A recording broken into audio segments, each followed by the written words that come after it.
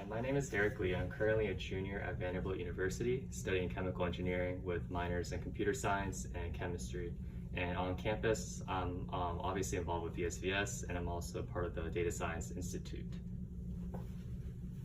Hello everyone, my name is Omar Amir. I'm a senior here at Vanderbilt and I'm majoring in HOD as well as MHS. And aside from VSVS, I do research on campus at the medical center, and I'm also involved in the Pakistani Students Association.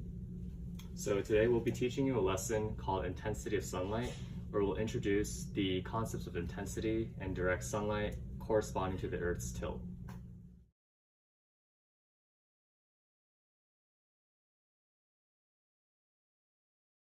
So here I have a globe, and we can explain that the Earth is tilted on its axis at 23.5 degrees, and the axis is always tilted in the same direction as it orbits the sun. So when I'm holding this globe and I'm moving it in a circle, you can see that the globe always maintains its tilt of 23.5 degrees, and it will never change from that angle.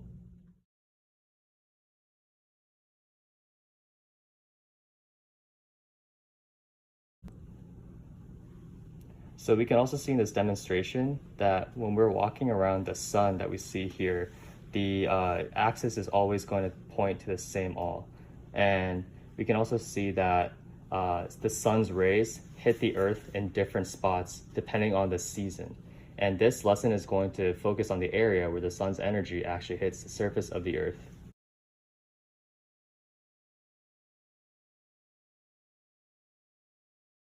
So each group should be groups of 3 with 3 roles. So there will be a measure role who will hold graph paper on the clipboard vertical to the experiment and adjust the angle of the clipboard when needed, and be sure to hold it steady. There will be a checker who checks the protractor to ensure that the angle of the clipboard isn't at the incorrect angle, and will double check all the measurements that are being taken. And lastly, there'll be a tracker who will outline the most intense circle of light on the graph paper with the correct colored marker. Each group will need 1 flashlight, 1 protractor, 1 rolling mask tape. We'll need markers, and we'll also need graph paper as well.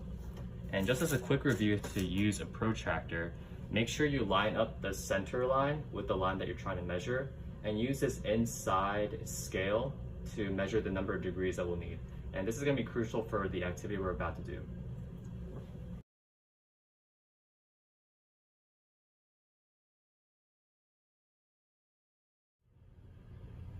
Each group should set up the flashlight and the graph paper in this way, where you'll have the flashlight 1 inch from the edge of the stand, and you'll want to see a big bright circle of light on the graph paper corresponding to this. And for this experiment, we're going to be varying the angle that the clipboard is tilted. And we can see that this angle is 0 degrees with this protractor. And with each subsequent step, we're going to be angling the protractor back 10 degrees so that we can see how that angle tilt affects the amount of sunlight that the graph paper receives. So each student will first use the green marker to trace the circle on the graph paper as seen here. And once that is done, we can replace the graph paper with a new piece.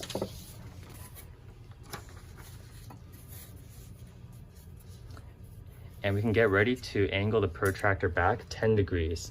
So instead of doing a 0 degree angle, we're going to be starting with a 10 degree. So students will take the protractor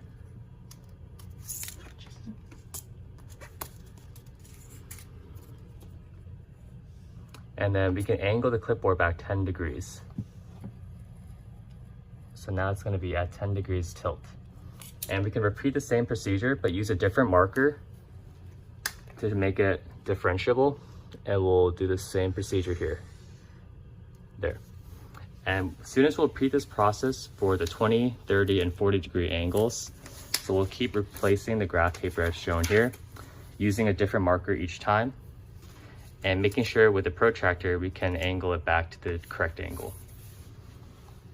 So again, instead of 10 degrees now, we'll be doing 20 degrees. So you can see here, it's going to be 20 degree angle tilt.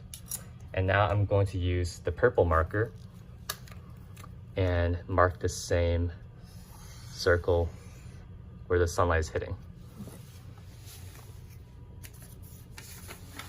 And the reason we're doing this is because the Earth is at a tilt of 23.5 degrees, as we mentioned in the beginning. And with this experiment, we could see how this angle of tilt affects the number of graph paper squares that's being affected by the sunlight here.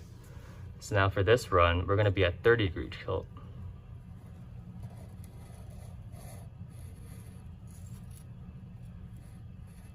Yep, that's good. And now we'll trace this again. And one thing we can visualize is as we tilt the paper back further and further, we're seeing a greater area of sunlight being hit. And eventually we'll be able to graph this this pattern, on Excel or other software, and we can see how that affects it. So lastly, we'll be changing this tilt to 40 degrees back. So it is a little hard to film. There you go.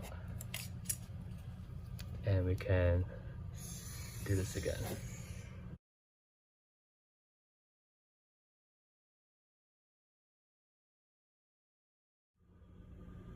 So after our experiment, we can see that the area of surface that the sunlight hits on each paper gradually increases as we increase the angle of tilt.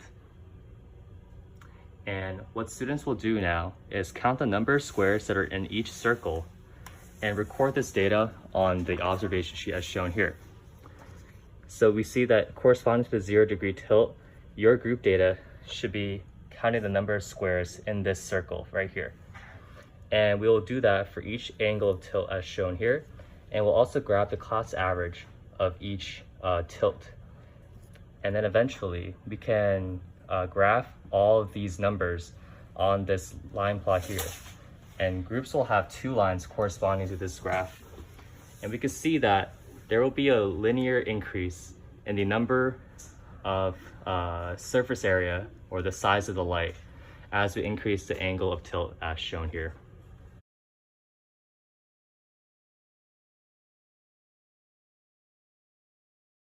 We finished the observations as well as the actual experimentation. We're going to be moving on to part 4, which is observations and explanations. So the first thing that you're going to want to do is discuss the experiment and relate it back to the Earth itself.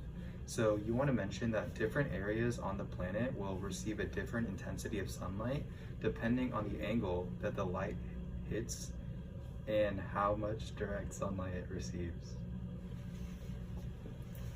And we can also say that the tilt is why we have seasons. And when we move this around, we can see that the area that's hitting the sunlight is going to be changing depending on the season it is. So if there's more sunlight hitting a certain area of the Earth, that means the climate will be much hotter than an area that's not receiving as much sunlight. So we want to hit home the fact that the amount of sunlight that each area receives on the Earth corresponds to the temperature and the climate of that specific region of the Earth.